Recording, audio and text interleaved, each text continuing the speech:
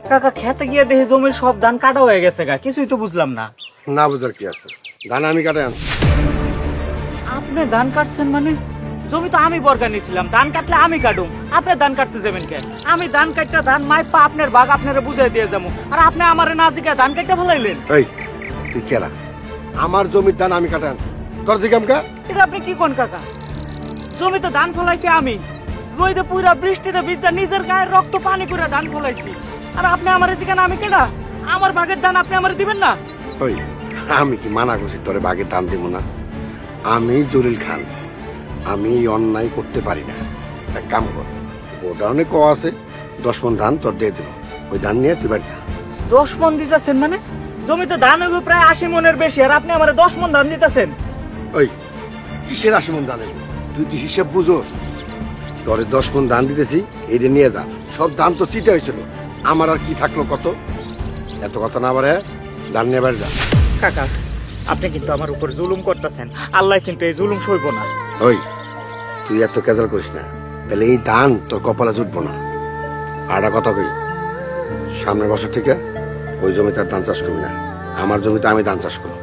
আল্লাহ ঠিকই আর বিচার করব, আল্লাহ জুলুম সহ্য করব না, আল্লাহ আপনার বিচার ঠিকই করব।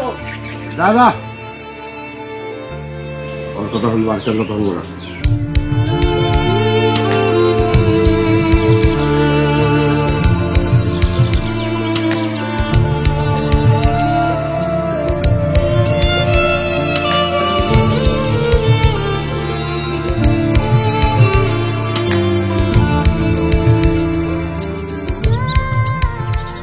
এই কি হয়েছে তোমার? তুমি এমনি কাঁদতেছো কেন? আমার সব স্বপ্ন শেষ হয়ে গেল।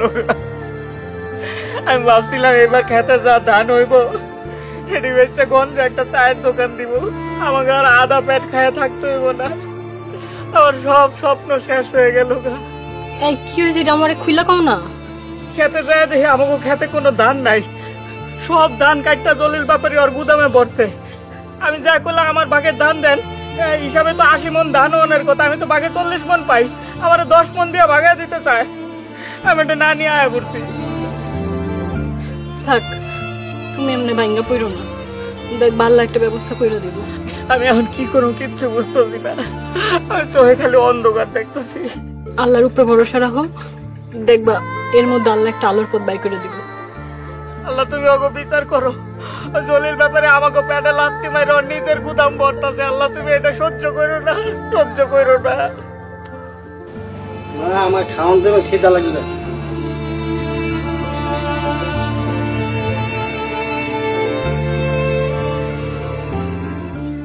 চাচা আপনি এখানে খারান, আমি একটু খাওয়ানো।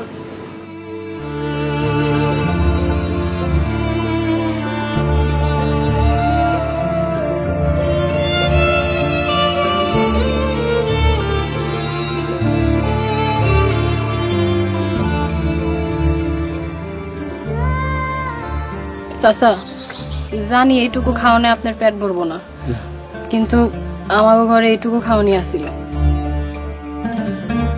মা দোয়া করি তুমি আল্লাহ তোমার ঘর সঙ্গে দিয়ে পড়ো।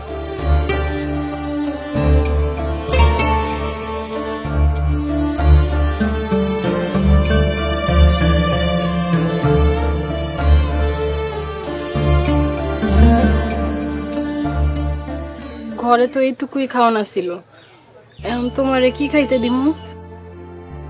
তুমি নিজেও তো না খেয়ে আসো। আচ্ছা একটা কাম করো, জলিল ব্যাপারীর গুদামে যাইয়া হ্যাঁ যতটুকুই ধান দেখ ওটি বাজারে লয়ে বেচটা বাজার নিয়ে আসো। তাই করি।